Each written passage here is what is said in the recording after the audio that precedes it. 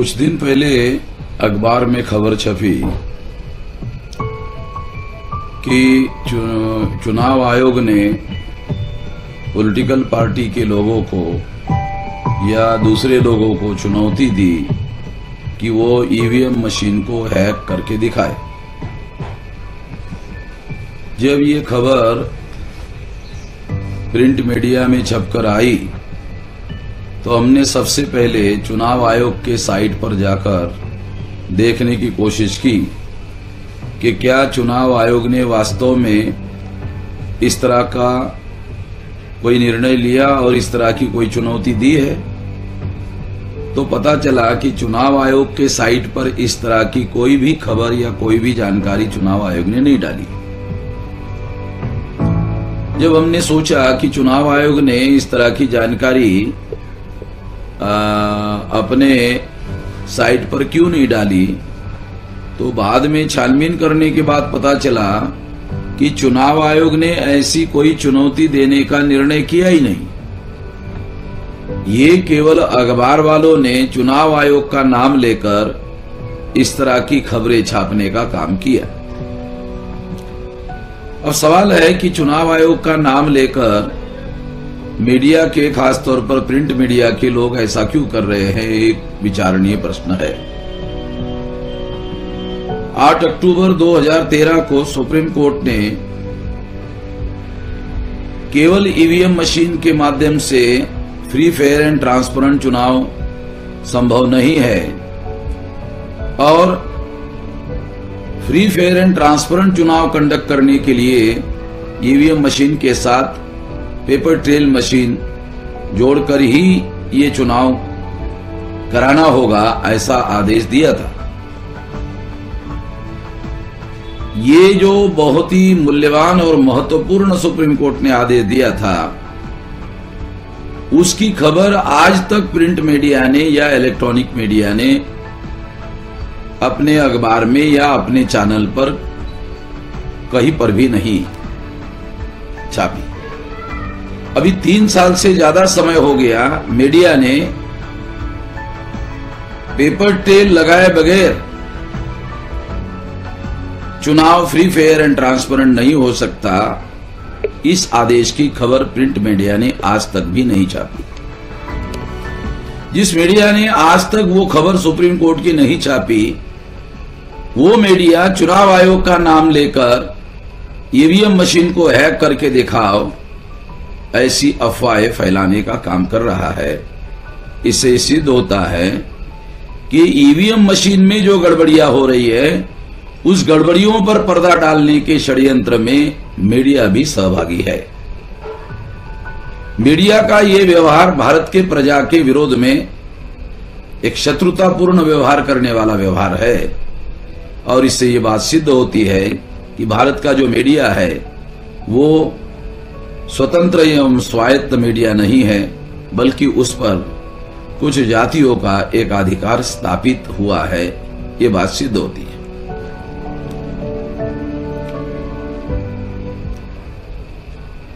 ये आने वाले 21 तारीख को, 21 अप्रैल को भारत मुक्ति मोर्चा के द्वारा ईवीएम हटाओ,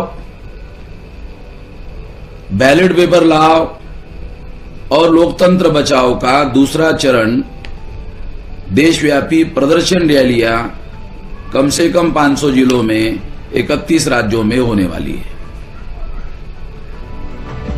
लोकतंत्र को बचाने के लिए हम भारत के समस्त प्रजाजनों को, और इतना ही नहीं, मूल निवासी बहुजन समाज के जितने भी राजनीतिक, सामाजिक, धार्मिक जो भी संगठन है, उन संगठनों के लोगों को निश्चित रूप से इस आंदोलन में सहभागी होना चाहिए। मैं इस आंदोलन में सहभागी होने के लिए आप सभी लोगों को आह्वान करता हूं। अभी कुछ दिन पहले शीतल वायाड़ नाम की लड़की है और ये लड़की मराठा समाज की है।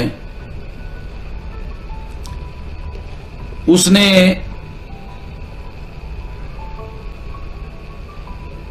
शादी नहीं हो रही है, इस वजह से उसने आत्महत्या की।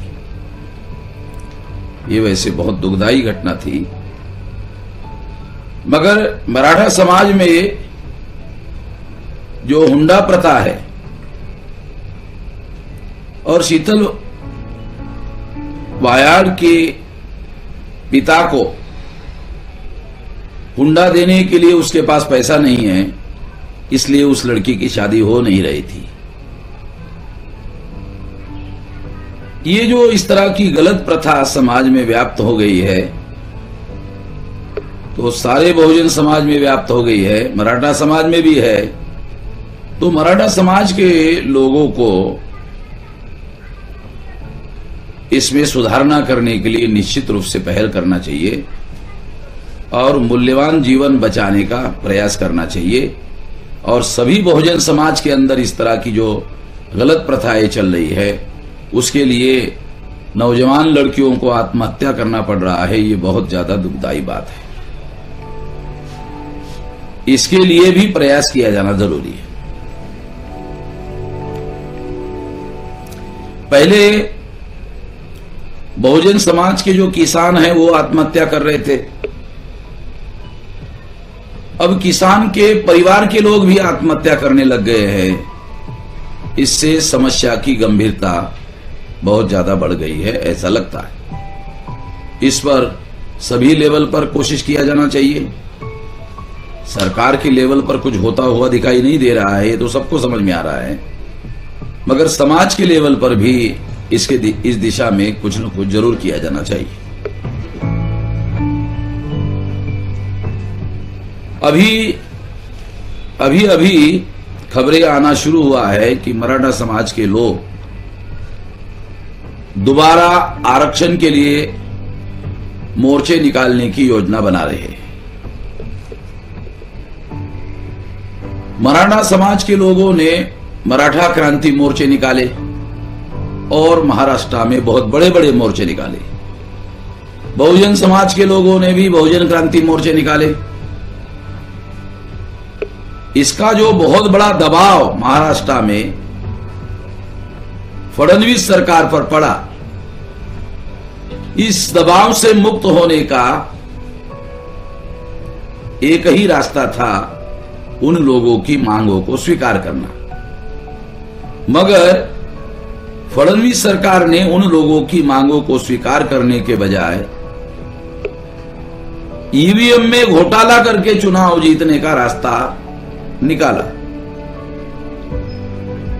अब महाराष्ट्र की मराठा जनता और बहुजन समाज की जनता ये सोच रही है कि यदि फडणवीस सरकार ने बहुजन क्रांति मोर्चा का दबाव दूर करने के लिए, मराठा क्रांति मोर्चा का दबाव दूर करने के लिए ईवीएम में घोटाला करके चुनाव जीता,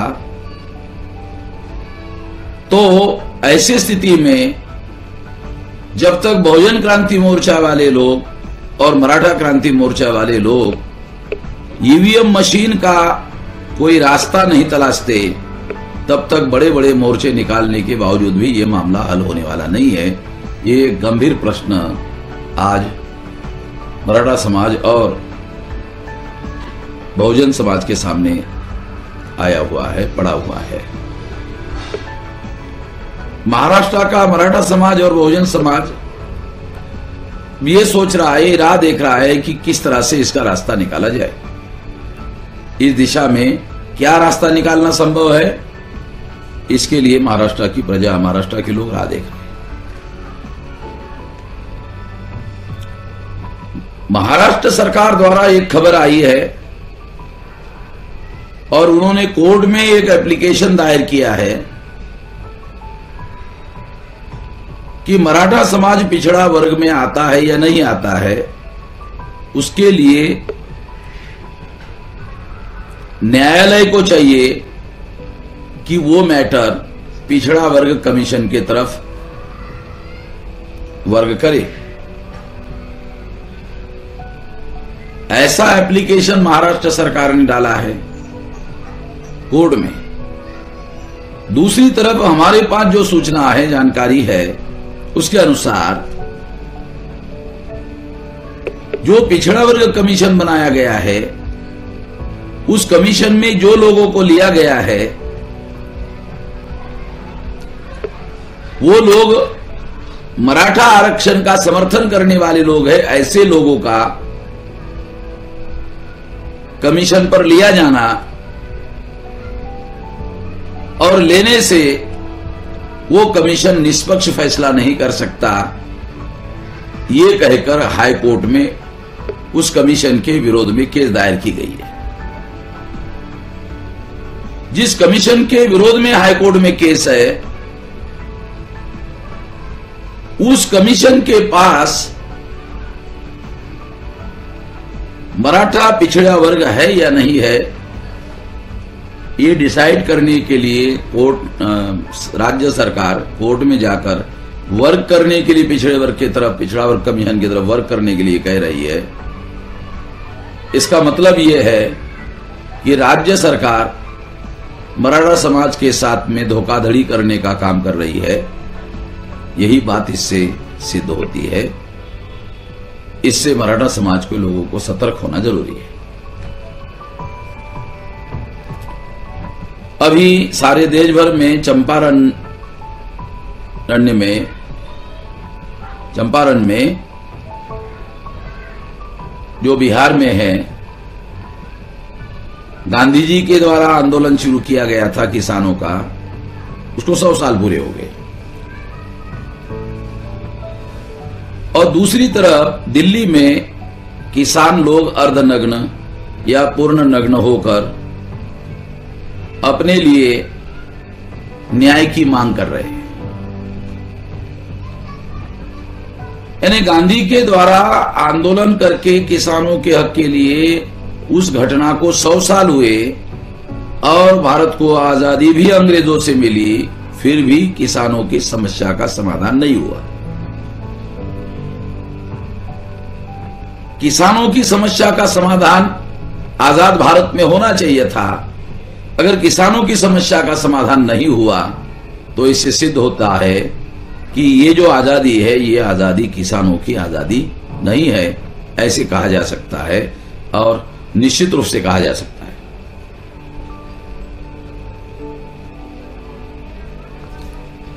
तेलंगाना में चंद्रशेखर राव ने शेड्यूल ट्राइब के लोगों को 4% रिजर्वेशन पहले था, उसको 10% कर दिया और मुसलमानों को 12% कर दिया और ये विधानसभा में बिल पास कर दिया। बिल की मान्यता के लिए चंद्रशेखर राव ने राष्ट्रपति के पास ये मामला भेज दिया। चंद्रशेखर राव को यह पता है कि सुप्रीम कोर्ट ने 50% से ज्यादा आरक्षण को असंवैधानिक घोषित किया है। इसलिए चंद्रशेखर राव ये जानता है कि राष्ट्रपति से इसको मान्यता नहीं मिलेगी, वो रिजेक्ट हो जाएगा। यानी वो एक साथ दो काम करना चाहता है, वो रिजेक्ट भी करना चाहता है और इन लोगों को आरक्षण दिया इसका श्रेय भी लेना चाहता है। तो ये जो कोशिश, खास तौर पे मुस्लिम लोगों को आरक्षण देने की कोशिश, ये मुसलमानों को मूर्ख बनाने की कोशिश है। मुसलमानों को इससे सावधान रहना चाहिए। चंद्रशेखर राव और बीजेपी और चंद्रशेखर राव दोनों मिलकर ये खेल तेलंगाना के मुसलमानों के साथ खेल रहे हैं। इस खेल से मुसलमानों को सावधान हो जाना चाहिए।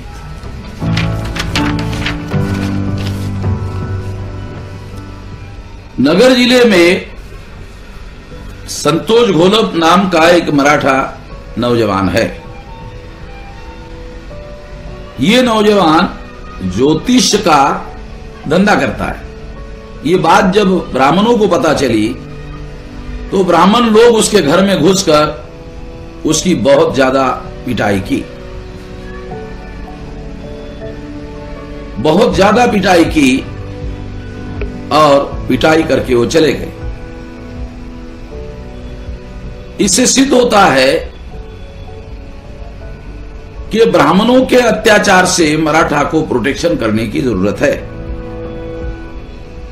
दूसरी तरफ शेड्यूल कास्ट और शेड्यूल ट्राइब के जो लोग हैं वो मराठा लोगों से प्रताड़ित है, पीड़ित है, ऐसा वो लोग कहते रहते हैं। और दूसरी तरफ ब्राह्मण लोग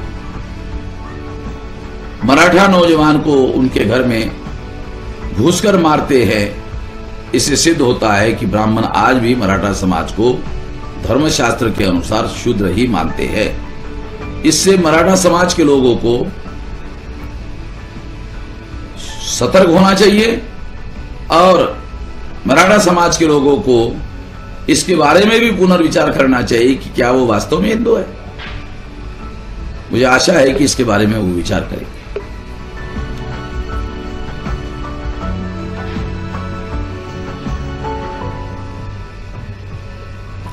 राष्ट्रीय पिछड़ा वर्ग आयोग नरेंद्र मोदी सरकार ने रद्द किया और रद्द करके संवैधानिक दर्जा देने वाला राष्ट्रीय पिछड़ा वर्ग का आयोग,